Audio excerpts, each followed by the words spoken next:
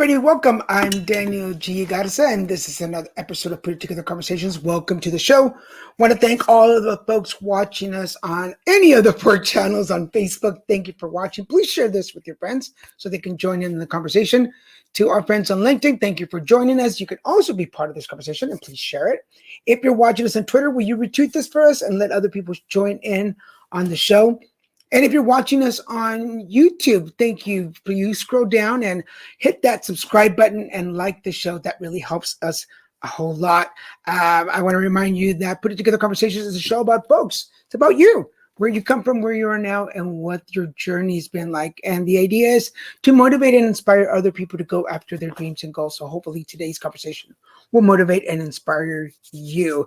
My guest today, let me give you a little bit of a bio. She has a really impressive bio, and every time I read it, I'm just like, she's going to be so cool to talk to. Her name is Dianna Healy, and she's an aesthetician, massage therapist, holistic nutritionist, Reiki master, and a survivor of Crohn's disease, anorexia, and a recovering meth addict.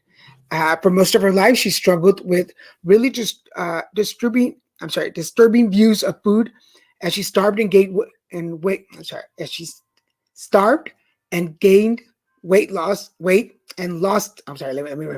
She gained and lost weight, hundreds of pounds, even using illegal drugs to try to control her weight. She really got into holistic nutrition, massage, and aesthetics in her early 20s. But it wasn't until she was diagnosed with Crohn's disease in 2010 where everything shifted. She lost everything: her home, her car, her life. She had to dig deep within herself and find a holistic route of healing herself because drugs and medication weren't working. It wasn't until she started her anti-inflammatory diet and received a small bowel resection where everything started to level out. She strives now to help women and men with their body image and their nutritional needs. Her love for aesthetics and body work has been a passion for almost 20 years, and she continues to strive to heal people with their skin and muscles. She's currently working towards a degree in medical massage. Her whole life, hating herself and abusing her body, has taught her to be empathetic and loving towards not only herself, but onto others. Her goal is to teach people not only to care for their outer body, their skin and muscles, but their inner body with their feeding themselves and telling themselves on a daily basis. There we go. You think I can't read English now? What the heck? But without further, let me bring Dianna on. Maybe she'll speak better English than I do. Hi, Dianna. How are you doing? Hello.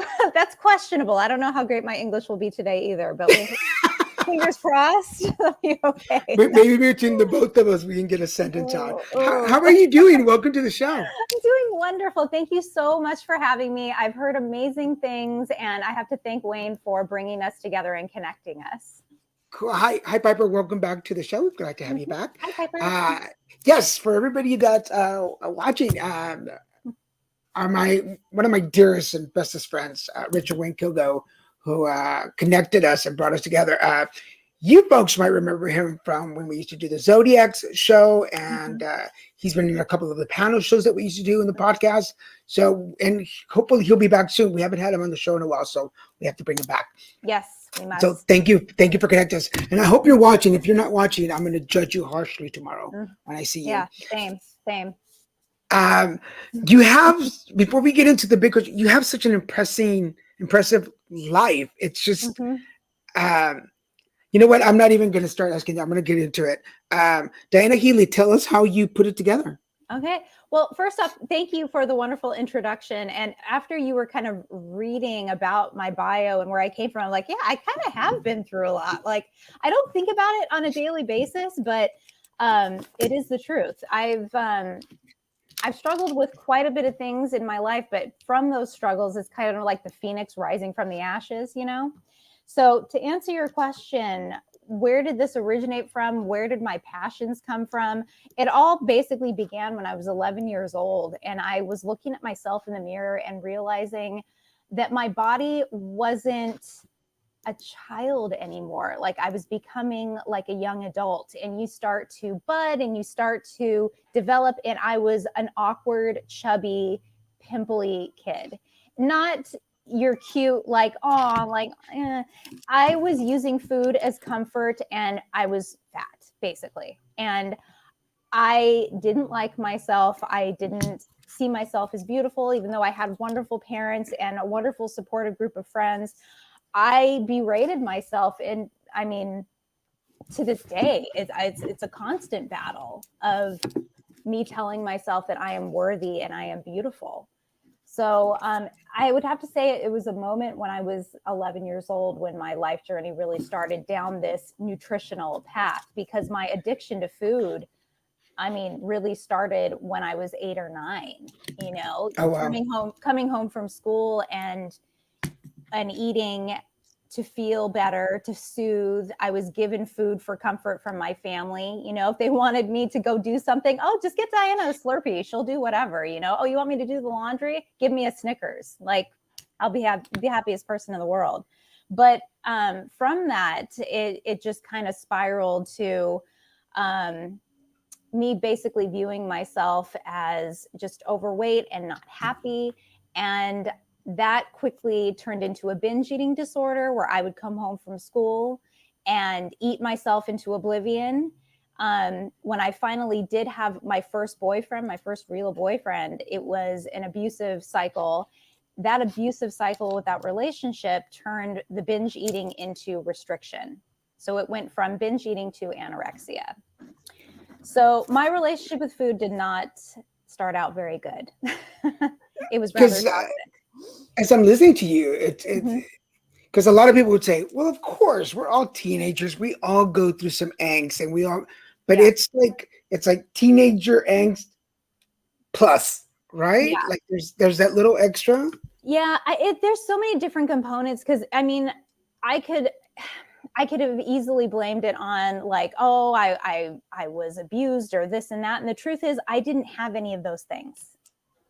Growing up, I came from a very normal household with loving parents, and the angst that I had around me was normal everyday things, but it came from within myself. It was what I was telling myself about the world around me, that it was a scary, harsh place. And from that place is where food came in. Food was always there for me to comfort me. It was my solace. Then when I had my first boyfriend and I was 17 years old, and that controlling it was basically an abusive controlling relationship came out. That's when the anorexia came out, because it was when I could control my environment and of course the food. So it spiraled from there. So I always start my journey off from there because that's where the dysfunction came from. And that's where it And that originated. is, and that's so important because when I work with clients, there are some meditations that we do where we go back and Mm-hmm.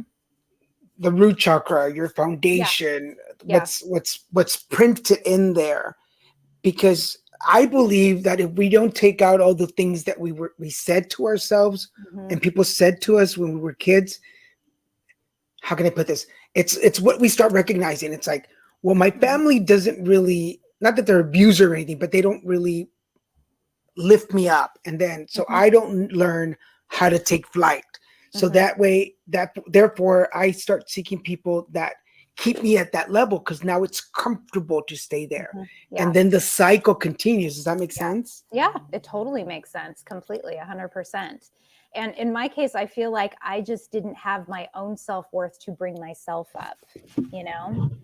I didn't have that. So, yeah, it went from basically the anorexia turned into drug addiction because I was using methamphetamine to control my weight. So it was a constant of me abusing my body with restriction, not eating, illegal drugs, things like that for many, many years. And I was basically a functional drug addict. I had a full-time job. I went to college. I got a degree.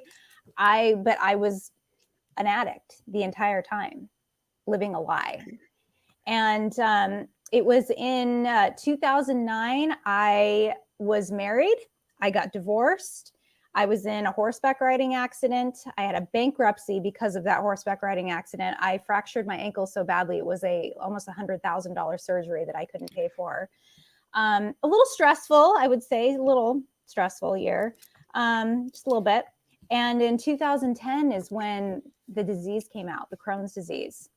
And Crohn's disease is something that you were born with, and it's a trauma that basically brings it out. And it's funny, I often think of X-Men, like they usually will have a trauma that will bring out their superpower, And in my case, my superpower is Crohn's disease, not the fun one. So I spent the year of 2010 basically immobilized, living at my parents' house, intravenous feeding, because I couldn't eat, I couldn't move, I couldn't work. And doctors were passing me back and forth, not really knowing what to do with me.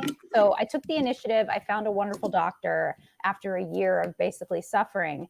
And I had a small bowel resection. And after that resection, I went into remission.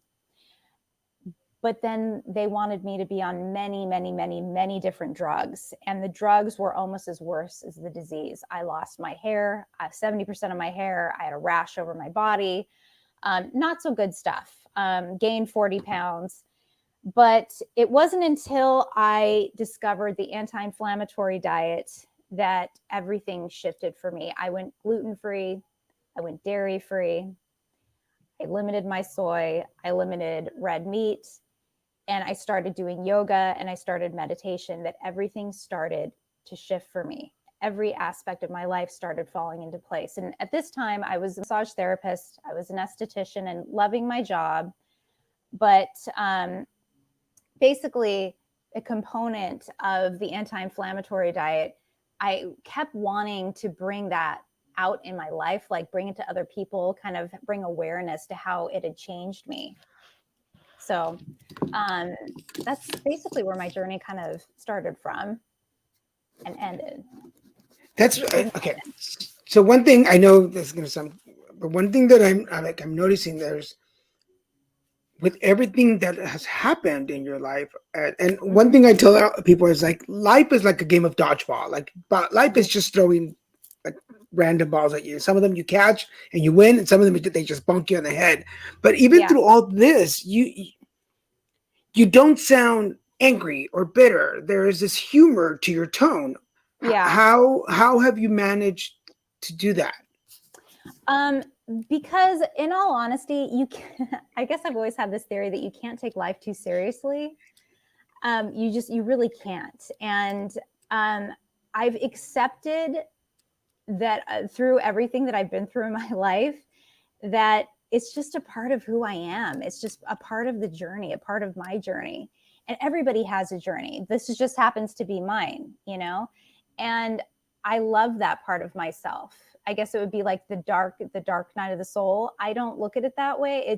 It's a beautiful part of who I am, because it brought me to where I am today. It brought me to my beautiful clients, my husband, my friends. I have a better relationship with my family. I have a better relationship with myself, because it took me getting sick, using drugs, hating myself, to actually stop and look at myself and say, what am I doing? Where am I going with this? And how can I use these things to help other people? Because that's what I really want, is to show women and show men that they can love themselves and they can heal themselves from the inside out, just by telling themselves that they love who they are, and also feeding their bodies correctly. There's so many different components to it, but it basically comes down to self-worth and loving yourself. I want to remind everybody, you are watching Put It Together Conversations. I'm your host, Daniel G. Garza. My guest today is Dianna Healy, and we're talking about life and how sometimes it sucks and how sometimes it's really awesome. We have the first comment on the board. I completely agree with that point of view. We took that approach with Daniel's cancer battle. It's like, it's life. It's happening. It's happening right now. Now I want to break down some of the parts of your life, because absolutely. There's quite a few. I'm like, where do I go? I'm going to start with the addiction part, because I'm also in recovery. I'm almost 14 years clean and sober. Oh, awesome. Can you talk to us a little bit about your process, your journey in and your journey out? With the addiction? Yes.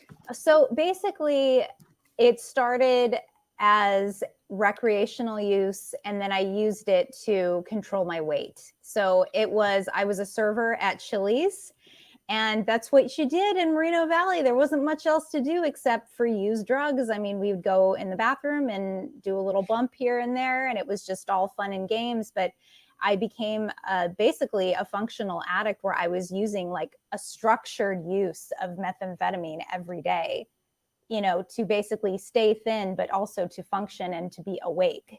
So I had a job, I was going to school, I was doing all the normal activities as a functional drug addict. Nobody knew around me, because this has been like years and years down the line. I mean, it was fun and games when I was younger, in my early 20s. We'd all go out and party together, but now it was like my own little bubble of drug use and everyday life revolving around that drug, you know?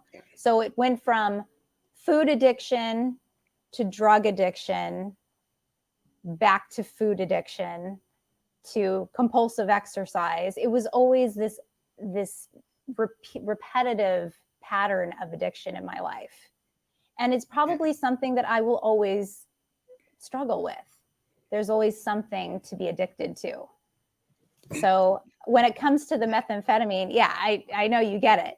When it comes to the meth, that's just what it happened to be for almost 7-8 years of my life, this daily usage. I finally stopped when my husband and I got together. We weren't married. We were doing long distance relationship. And I was intermittently using at that time. And I realized when I would go to visit him in Seattle, or when he would come down to visit me, I stopped using. I was sober around him. And I realized I kind of like this. I kind of like this, like being able to sleep, and I like being able to like eat and be normal and to be present around people, because when you're under the influence, you're not present. You're not there. You're everywhere else. So I didn't want to escape that moment anymore. I wanted to be in the moment. So when he finally moved down here, I remember vividly driving down PCH and throwing a bag of meth that I had out the window, because I didn't want it anymore. And I haven't picked it up ever since. I just let it go. So that was the easy addiction to get rid of, to be honest with you. The hardest one is the food addiction. I mean, it's easy to get rid of the drugs because you can just remain abstinent, but being abstinent from food, it's like, how do you do that? Yeah. It's the ongoing struggle. But yeah, I would say that's one that I'm still working towards to this day. But going with this holistic lifestyle and becoming a holistic nutritionist basically taught me a little of the foundations of how food can be healing, and it's not your enemy. Taking cooking classes and things like that has also helped me. And having, it was probably one of the scariest things I've ever done. This is almost 3 years ago. I took my first vegan cooking class, and I was terrified. I literally sat in the parking lot before walking in for 20 minutes shaking, because I was so worried about like going and eating in front of other people or making food with other people, because I thought they would judge me. I didn't know how it would be for them to watch me eat. And I went in and I did it. And I remember chopping up the vegetables and shaking. And the teacher was just like, don't worry, we're all going to mess up. We're all going to mess up in this. It's okay. And when she said that, it was kind of like, why am I so nervous about this? Why am I so scared? Right. So I went in and we had the meal together and sat down. And that was kind of a shifting and turning point for me, where I'm like, I'm going to start to look at food differently. Like, it's a part of society. It's a part of who I am. It's a part of bringing people together. It's a wonderful thing. It's not something to push away and reject like I had for so many years, if that makes sense. Yeah, totally. We have our first question on the board, if you're okay with that. Oh, yeah. What does inflammation affect in our bodies? Oh, what doesn't it do? So inflammation, it does so many things. Well, for starters, inflammation can come out as joint pain. It can come out as distension in your belly. It can come out as headaches. Inflammation is probably one of the leading cause for most diseases. So Crohn's disease, for example, is inflammation of your small and large intestine. So the villi and the intestinal wall just become completely inflamed. So you have a space that's about the size of a $50. To when you have Crohn's, it goes all the way down to the size of a pea hole. So basically no food can go through. Okay, that's just one small example. But inflammatory issues with rheumatoid arthritis and things like that causes arthritis in the hands. That's all inflammatory issues too. So it's not good. It's not good. And there's so many things that contribute to the inflammation too. And most of it is the food that we eat. We have a couple of friends that have were diagnosed with Crohn's, so we follow their history. I feel like there's no real. I'm trying to in my head as we're talking, like how can I break this down? But it seems like all of the diagnosis, all of situations in your life, they're kind of woven in together. Like They one are. led to the other. Yes. Like there's no way. It's like having like I don't know. I have 5 things written down. It's like having like a batch of babies, and they're all like triplets or quintuplets or something. Yeah. Does that make sense? It does. It does. How do you? Okay, I'm gonna devil's advocate moment. Like that would drive me insane. And probably if I look at my life, I have equally amount of things. But how do you keep things in perspective, and how do you keep your life moving forward? I guess that became an addiction in itself. Basically, the accomplishing thing. I always have had this. I guess it's an Aries thing too, and I Capricorn rising.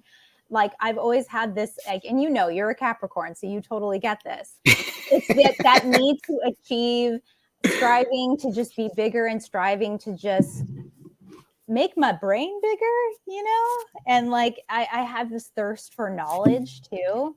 So that I guess I've have this innate fear that drives me because I don't ever want to go back to the person that I used to be when I was like a meth addict, like I just want to be, I want to be better. I want to be bolder and I want to keep this moving forward, but on a larger scale. I want to help people on a global scale, if possible. Like that would be wonderful just to, help with body image and nutritional image, but also with skincare and massage and things like that. There's so many different aspects and energy healing. There's so many different components there. I'm interested in a lot of things. I think we're separated at birth somehow, and now the universe is bringing us together. There's this like kindred spirits going on here right now. Yeah, I agree with you. There's when I stopped doing, of course, there was addiction in my life before the drugs, but that was like the biggest one. But after I got clean and sober, there was this need to fill in that with something. And I'm a workaholic. I will admit it to anybody. Like, I somehow pull out 28 hours in a day and manage to and work every one of them. There is, and for everybody watching, there is a moment where I stop and look in the mirror and go, you've got to slow down. You can't save the world and yourself at the same time. You know what I mean? Like something has to go. How do you keep that balance? How do you? That's a wonderful question. To be honest with you, my husband really helps me with, because he's a very grounded Pisces. So I'm definitely a workaholic and I want to push forward all the time, but he's kind of the one that like reels me back in. But I try to balance it out by I need to have a little self-care time. So whether that's like going to the gym, having yoga, having meditation, but I also value my relationships. So I'd like to carve out time for friendships too. So I put things in like quadrants, like, okay, so exercise time, friend time, work time, that's a lot. And then family time with my husband and a little more self-care at night. So it's just, I kind of take a gauge within myself. if I start feeling really angsty and kind of angry and kind of like, then that means I'm hangry, for one, or two, I need more friend time or I need more family time. And I'm kind of getting more in tune with myself, because the body doesn't lie to you. The body will always tell you when you are not in balance. So that being said, if I listen to those cues, I can say, okay, what am I really feeling? What am I needing right now? Am I needing more me time? Am I needing more social time? Am I needing more meditation time? Do I need more time with my husband? Like, I really have to go within with that one and ask myself those questions, and the body will tell me.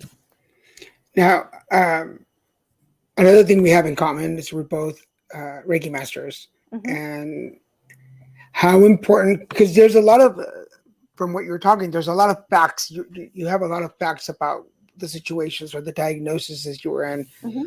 Yes. Where, how do you balance that with the spiritual? Because a lot of people have there's a lot of people that have a big issue. They're like, either it's factual or it's spiritual or it's energy work. Let's call it energy work, folks. So facts or energy, but I think we're both alike in that. It was like, I can mix both things together and make them work. How did the energy work come into your life, and how do you make it work for you? So energy work actually came in shortly before I was diagnosed. But let me back up. I had always been into the spiritual aspect of things. I think I got introduced to Louise Hay when I was like 19 years old, because my mom is a Reiki master. So she was the one that introduced me. But of course, she's my mom, so I didn't want to listen to anything she had to say. But I started getting acne when I was about 20. And she came to me and she said, Dianna, you know what acne means is anger. You're looking at the world through angry eyes, and it's coming out as basically inflammation on your face. And when she said that, something inside of me clicked. And I, one, got very interested in skincare. And then two, I'm like, there is something to this metaphysical stuff that she keeps kind of hammering into me. So my spiritual journey really began there. And then I started, fast forward a little bit, I became ill. And at this point, I started seeing an acupuncturist, and the acupuncturist started going into energy work too, and telling me more about how that could help me with my healing. So I went to a group, I want to say it was a meetup, and I met a few girls that were into energy work and Reiki, and they basically attuned me to Reiki 2, like the day that I met them. And that's kind of where my journey began there. And I started to notice when I was an esthetician, rewinding a little bit, sorry, my story is jumping around a little. I noticed orbs and energy around people. But because I was also using at this time, I wasn't sure if I was like, is this the drugs, or like, is this me? I laugh because I understand. Yeah, I'm like, I see a bunch of purple halos, and I'm seeing like, it's where I never saw anything demonic, which is a wonderful thing, but I would see lights and I would see auras around people, but I'm like, I think I'm just tired. I haven't slept in 3 days. Like, that's probably what it is. But so when I would stop using for periods of time, the orbs and the auras would still be there. And I could see energy centers if people were depleted, or if people were in a good state. If they were, if someone was lying, I could see a different color. It was a muddy color around them. So that's where it would start. It was very visual for me. When I would be working on somebody, doing massage or facial, I could tell just immediately what centers of their body, just by the colors around them, what work needed to be done. And on the Reiki plane, I would basically be running my hands over their energetic body and feeling shifts and divots and coolness and heat around their body center. So that's kind of where it started for me, and it kind of just built from there. But I use that with my nutritional aspect too, because I'm able to run my hands over their abdomen, over their energetic body, and I can see what energy centers in their digestive system is lacking. So I'm actually able to do that now. That's kind of more of a recent cool thing that I've picked up on. So I'm kind of honing that in. So hopefully that answered your question. Yeah, totally. And I Yeah. am so looking forward to when we can visit, because we have so much to talk about Yes, more please. in Yes, private. please. We're Yes. not going to include you in this conversation, but before we continue, I want to remind everybody you're watching Putting Together Conversations. I'm your host, Dianna G. Garza, and we're talking to Dianna Healy today, talking about energy and facts of the body and inflammation and orbs. So if you're interested, stick around and please join in the conversation. Post your comment or your question in the comment sections of the videos and you'll be in. Yay. So let's move forward. I mean, because I believe that any one of the things that we've been talking about, addiction, Crohn's, eating disorders, as a person, it affects us one way, but as a female, body image, relationships, sex, sexuality, everything gets affected in a different way. And obviously, it's in a way that I don't understand. As a woman, how did this affect, as an adult now, affect your self-esteem, your attraction, your dating, etc.? Which part of it? The Crohn's, the anorexia, like which one? I know. It's you're so complex. It's like, pick one. Pick the one that you think mattered the most, and we'll go from there. Man, that's a tough one. I mean, the Crohn's disease one, I actually thought that one was gonna weigh on me more heavily physically, but to be honest with you, I think that one probably weighed on me emotionally, because, well, there's a few different things. Let me back up a little bit. So the Crohn's disease basically depleted my immune system and depleted my reproductive system, but also the methamphetamine use and the anorexia basically made it so I cannot have children. And I'm working right now with a fertility specialist and a therapist on hopefully rebuilding that. And I'm in a much healthier state now, but I'm getting older. So if that is going to happen, that would be wonderful. So on that level, it's been tough because I always pictured myself having children at some point, but I feel like I did so much damage to my body that I don't know if that is actually going to be in the picture. And I've come to a place where I've accepted it, but there's another part of me that's kind of like, no, this is like another project to work towards. Like, how can I improve this part of my body to like make it work again, you know?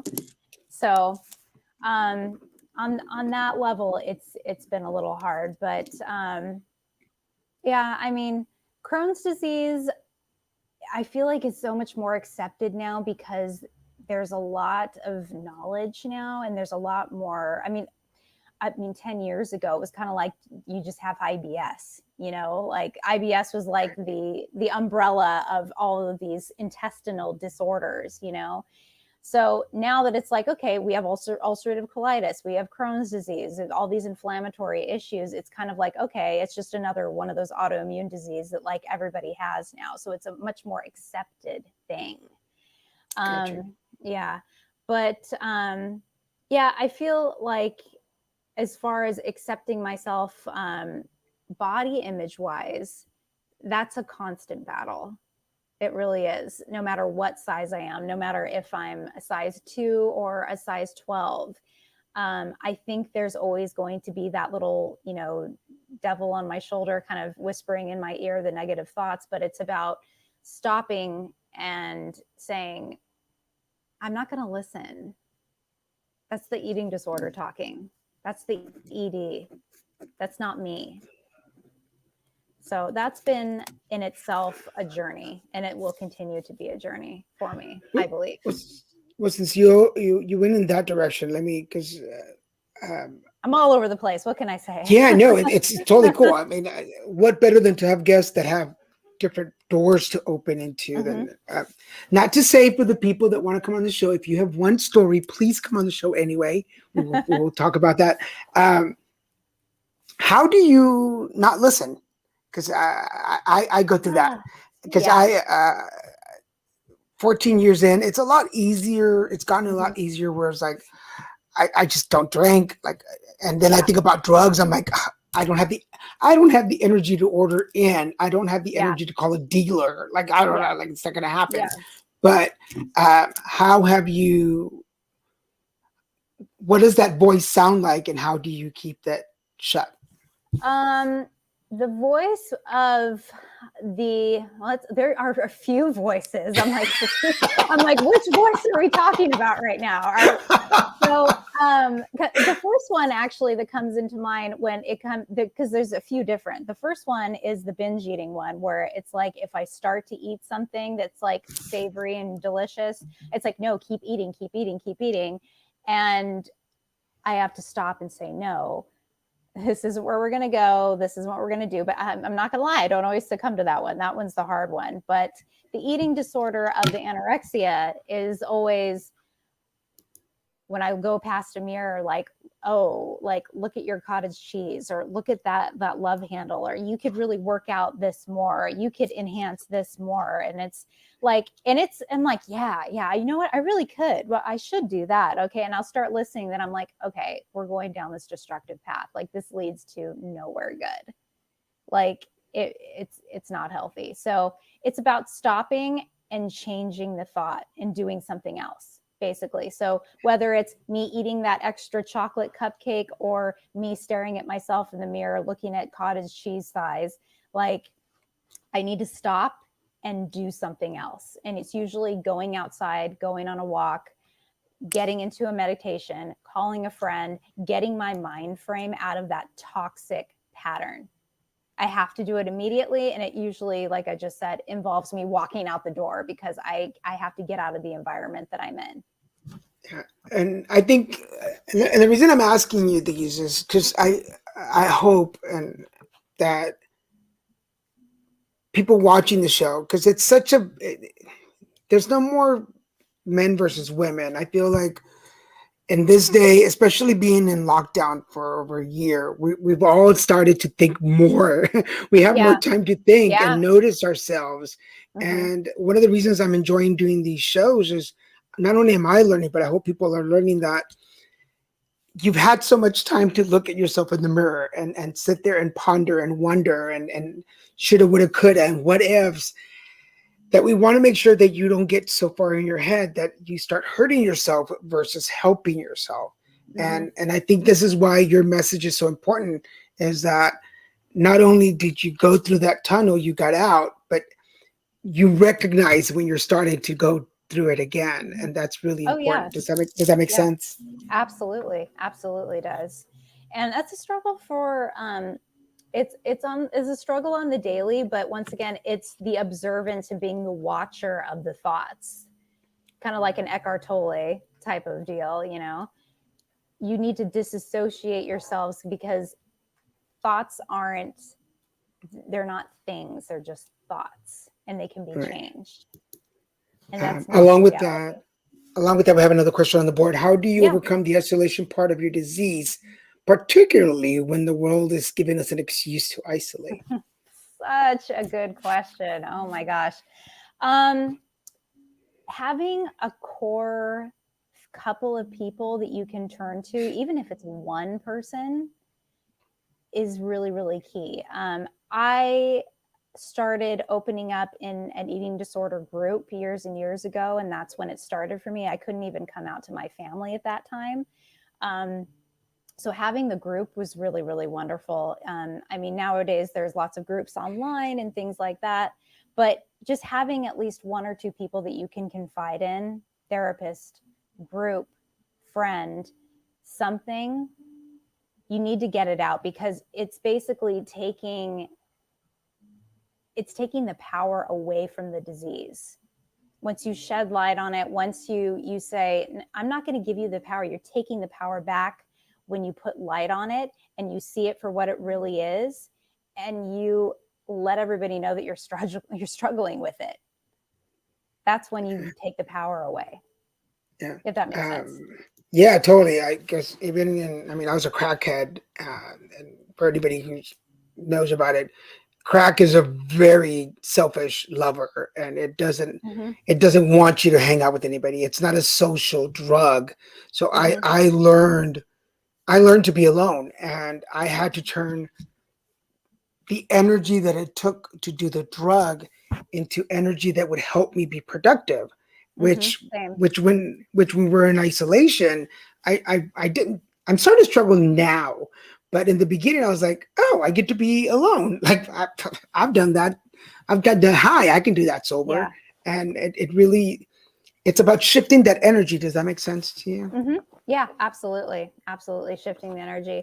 Um, I have the opposite problem where I need to be around people. Like I have that codependent aspect to myself. So Hmm. when I was in isolation, when pandemic first started happening, like I had my husband, but I was used to being around so many different people with my clients, friendships, family, and I had none of that. I completely broke down. Like, not gonna lie, completely broke down. I'm talking like huddling, wedge between the bed and the dresser, crying because I just couldn't handle the fact that I had to be alone with myself.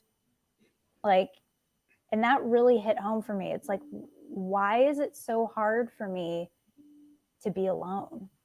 Like, why is Wow. that so scary? Like, what is that? What is that really, you know? So it was probably one of the most terrifying things I've ever done, is to really kind of go within at that point and realize, okay, got some more skeletons in that closet. Okay, there's some more stuff I need to look at here. But why don't I, one, there's like a trust issue with myself. Like, do I not trust myself? Do I not love myself enough? Am I not enough? You know, like what is this? So it was a very angsty, breaky downy couple Yeah. months for me of last year, of March and April and May, of really getting to know myself again and getting into passions. Like I started like bike riding again, and started like doing artwork and things like that again, just to like, I guess, reintroduce myself to myself, because I was always giving and being with other people. I didn't know what it was like to be alone. Gotcha. So yeah. So that brings us, that's a good segue for the question on the board. How do you find the Okay. motivation to exercise, particularly in this time of COVID? And what does Mhm. exercise look like for you at this stage of your Oh, recovery? Very another great complex question question. there. Yeah, no, that's a great question though. Okay, so because I will have to say, and honestly, the addictive side of my personality, I love exercise. It's always been like a part of who I am. Um, it's a stress reliever, and it helps me kind of calm the crazy. So during COVID time, I had to get really creative with my exercise, taking it not from the gym to outdoors and doing biking and running and doing park workouts and a lot of hiking, doing yoga outside. A lot of my stuff just went outdoors, and getting friends and whatnot to come with me on these little outdoor hiking, running, playing tennis journeys. That's another thing. I was a huge tennis player in high school, and I was able to take that back up again more recently. But on the recovery aspect, so I do have the the side of me that will use exercise as a purge too. I have to calm that side of myself, because it will cause more inflammation in your body. So at the beginning of COVID, I was once again lonely, reintroducing myself to myself. I was exercising 3 to 4 times a day, Oh, wow. which for most people it'd be like, oh wow, like you probably just got this rad six pack and you were just looking all lean. No, I actually got heavier at that point, because my body was so inflamed from the cortisol of cycling and working out and walking, and I was just trying to, like, I'm used to being busybody with work and other things and being with friends and family. I had all of these gaps in my schedule, so I'll just fill it with exercise. And that worked for about 2 weeks, and then my limbs were blown up, the size of balloons, because of the inflammatory issues. I have an autoimmune disease. It's like I forget about it because I'm recovered, but it's still in me. So I have to calm that side of myself. That's why that question was wonderful, because I have to realize that, okay, I have to allot 45 minutes of like a hard exercise, like a HIIT workout, something like that. If I want to do something calmer, it needs to be a walk or yoga. And I have to cycle through those, like only doing a few hard workouts a week, not doing them every single day, taking days off, and actually eating to replenish my body correctly. And it's a whole thing. And I'm taking CBD. CBD is a wonderful thing.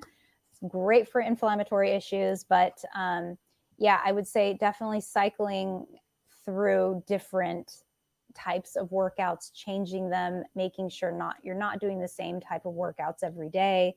Kind of the same way you don't want to eat the same foods every day. Eating the same foods will also create inflammation in your body. So lots of different things with that. Awesome. For everybody watching, this is Put It Together Conversations. I'm your host, Dianna G. Garza. My guest today is Dianna Healy, and we've been talking about isolation, finding yourself, and not overdoing it on the treadmill. So at this point of the show is where I ask my guests for some words of wisdom. So Dianna Healy, what words of wisdoms can you share with the audience? Oh my gosh. I would probably have to say, big one here for me, going back to eating disorder stuff and loving your food and having food nourish and love your body. When you eat your meals throughout the day, or just having one meal a day that is mindful. Now, when I talk about mindful, I'm talking about no distractions. You're not talking on the phone. You are cooking your meal. You are putting energy into it. You are loving the actual food. And when you sit down, you actually take a moment to like taste your food, not just like wolf it down, like actually take a minute to like smell it, look at the textures, thank it for the nourishment that it's going to be giving you, and taking that into your body. And it will be a whole new revolutionary experience of tasting that you've never had. It's like an orgasm in your mouth, basically. That sounded kind of dirty. It's that kind of show. We're good. We're good. Okay. You know what I mean? But no. It's a foodgasm in your mouth. That's what I meant to say. But really taking that mindfulness in your food intake is huge on so many levels. If you can do that once a day with one of your meals, even if it's a snack, just taking that in for yourself, the nutrients will actually inhibit your cells easier. You will digest better, but you will just become more mindful and calm and focused. It's very cool. So I like that. Yeah. I have my oatmeal that I eat in the mornings, and it's a quarter cup of oatmeal that I have, and that's all I do, because anything more is just, I have an ostomy, and anything more than that is just too much. But I have a quarter cup of oatmeal. I don't like milk. I just do the water. I have some spices that I put in it. Awesome. A little packet of Splenda because I like a little sweet, and it is just the most enjoyable moment of my day. And then for those of you watching, if you're on TikTok, I have a morning TikTok show that I do while I'm eating my oatmeal. And it's just become this beautiful ritual that when before, and I don't know, this relates to you, before getting out of bed, it was like, oh my God, although I'm a morning person, it was kind of like, oh. But as I started to create this little ritual that was make your oatmeal, get on a live stream show, talk to people, I can't wait to get out of bed and get to it and be ready for it. Does that make sense? I love what you're saying, because you're just like me. That's exactly what I do. You created a spiritual practice for yourself, because food is a spiritual thing. It really is. It's a beautiful thing. It's something that I denied myself for so long, this beautiful spiritual side of myself. But that ritual of coming in and you're putting everything together, making this thing for yourself and making it spiced just the way that you like it, and smelling the smells around it and tasting it and nourishing yourself and having that calm. That is a beautiful practice for yourself in starting your day. You could start your day like that every day, like everybody should, having that spiritual ritual. There is and it sets you up. And taking the conversation full circle to like the things that we did when we were kids. I remember being a kid, and I'm going to say it was 6:00 that we had dinner every night. And there was a radio show that we would listen to for everybody. This is back in the 70s. So it was radio shows. But my parents would turn on this radio show that was like 30 minutes long. And we would sit down at 6, have dinner, listen to the radio. The show would end. We would talk a little bit, but it was such a ritual. And in my family, my sisters still do that with their families. You don't eat until everybody sits at the table. And that's where this love for that moment in the day came from. And I lost it during my addiction years, obviously. But Christian, my partner, who's been commenting on the show, we try to do that now. Like, let's sit together to eat. Like, this is our time. And for those of you watching, if you have this issue with food and whether it's over or under, as we're talking here, make it a ritual. Food is not punishment. Food is not something that you deprive yourself of. It should be a ritual. I can't find another word for it other than that. It's a beautiful spiritual practice is really what it is. It's a spiritual time because it's nourishing and putting goods into your body. And it looks like there's a question right now too. Yeah. So there's another one. You mentioned CBD. So question is there a brand of CBD gummies you would recommend for potency and effectiveness? Yes, absolutely. So I actually take a brand called Resilience. And they have a whole line of CBD gummies. They have tinctures and sports rubs and things like that. I started using Resilience during my massages. And I want to say it's a 700 milligram CBD. And I noticed, because I'm a massage therapist, I would use it on my clients and my hands would ache sometimes. But when I would use the cream, it would stop only during those massages. So I'm like, okay, there's something to this. So I got the brand and I started using the lotion at night, which was great, but it wasn't until I started taking the internal CBD, the gummies at night, everything changed. My joints weren't hurting. My shoulders weren't hurting. I actually had surgery back in, January this year. And I hate medication. I think it's funny, like after using for so many years, even if I take aspirin, it like really adversely affects me. So I think I took the pain medication for about 2 days. And then after that, I was only using CBD for pain. And it was phenomenal. My recovery couldn't have gone better. Nice.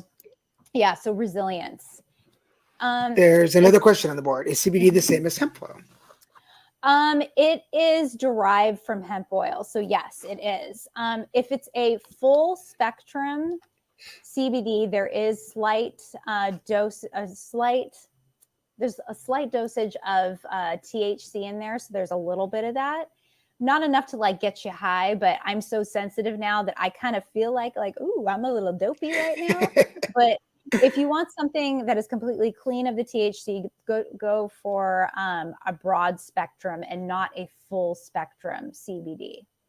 Gotcha. All right, cool. Yeah, I had a massage therapist who, Fernando, I miss you. Who used? I could be your girl now. I could be your girl if you need a massage therapist. Girl, I'm so hurting right now. But we got some, and I remember just how good it felt afterwards. Just relax. I get tense. I know you folks are wondering, it's like, you look so relaxed. I know, but I'm always got something in my brain. My body just tenses up. It's a natural PTSD to tensing up. Anyway, but we're going to have to talk afterwards. I need to order something to learn to relax because it helps. We're coming down to the last we're down to the last 5 minutes. Oh. Yes. Anything that we didn't talk about that you want to talk about before we go?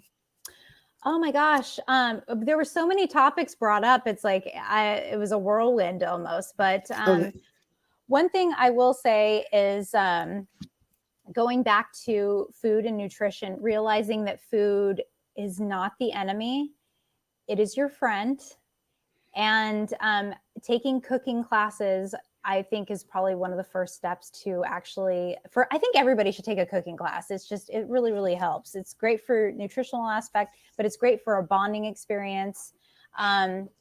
But one thing I will say is love your body, because your body loves you. It keeps you alive every day, and your heart beats for you. Your lungs breathe for you. Treat your whole body like it's a beautiful, loving temple, because that's the way that it's looking at you. It wants to keep you alive, and it loves you so much. If you can look at yourself like that every day, I think that the world would be a much happier, healthier place. For sure. And we have thank you from Christian. Thank you, Christian, for all your questions and being part of the conversation. Love you, Christian. For everybody, here is her website. Go check it out. Are all your social media stuff, everything connected? It's all on there. Yeah. Mm-hmm. So if you want to get connected with Dianna, go check her out right here. Stay in touch with her. Thank you so much for being so open and just sharing your story. I feel like we could talk for another hour and just go in deeper to stuff. So will you please come back to the show? Oh my God, I would love to. I'd love to come back anytime. Absolutely. Excellent. I feel like next time we need to bring like a couple of people talk about Reiki and talk about energy and really tap into that. Oh yeah. I feel like we kind of just dabbled into that. Barely scratched the surface with that one. We'll talk more about that afterwards. Yeah. For everybody watching, my guest today has been Dianna Healy. Go check her out on her page. So much information if you want to know anything about Crohn's disease, addiction, Reiki, massage, inflammation. She's a walking encyclopedia. Skincare. We're going to have to skincare. We didn't even get into that. We didn't even get into skincare. Oh my God. Yeah. Mm-hmm. You started talking about pimples and anger. And I was like, I heard that when I was like 15 and going to dances. And one lady, I remember this so threw me back. I was about 15 and one of my friends, my friends in school were pimply and I never really did have pimples. And she always told them, it's because he's always in a good mood. Y'all should learn. And you said this right now and it took me way back to high school. Like it took me back to high school. So there you go, folks. There you go, folks. All this right here. Thank you so much. And thank you, Wayne, for hooking us up. I'm so glad. I'm going to put you in the green room for a minute. I'll be back for you in just a second. I'm just going to say goodbye, everybody. But thank you so much for everything you shared. All right. I'll be right back for you. Okay. For everybody watching, thank you so much. This has been another episode of Put It Together Conversations. I have this new form so you guys can check it out. Let me get this out of the way. This is our lineup for the show. So on Wednesdays, we've got Christian and Daniel shows at 6 p.m. Pacific Standard Time. The Card Devo on Fridays at 5. And Put It Together Conversations. 2 shows on Saturdays at noon and 5 p.m. So make sure you check us out on any of those episodes. If you want to be a guest on the show, any of the channels that you're watching, send me a private message and let me know that you'd like to be a guest. Or if you'd like to nominate somebody to be a guest, please send me some information. We'll reach out to you with information and the calendar so you can book yourself. That's basically how you do it. We are on Facebook, LinkedIn, YouTube, and Twitter. So please share this with your friends and family. Let them join in the conversation. If you are watching this on a replay, don't worry. We can still check out your questions, and I'll make sure that they get over to Dianna. We have a couple of questions, comments before we go. This is wonderful upgrade, Daniel. So professional. Thank you so much. I appreciate that. I love this lineup slate. Thank you. You know, we keep improving on the show. We want to bring bigger guests. We want to bring more topics to you. So if you have any questions on anything you want to hear about or wanted to talk about, let me know. We're here to please you guys. We just put it together. Little Mexican Productions is just aiming to improve and be better for you folks. Remember, Put It Together Conversations is a show about folks. It's a show about you, where you come from, where you are now, and how you and what the journey's been like. And the idea is to motivate and inspire other folks to go after their dreams and goals. And we hope this conversation today has inspired you to go after your dreams and goals. So please put us in your notifications, remember us, and we'll see you here next week. For now, I want to thank all of you for being part of the show, commenting. Thank you, Dianna, for being here. And this is Daniel G. Garza saying, hey, put it together. We'll see you next time.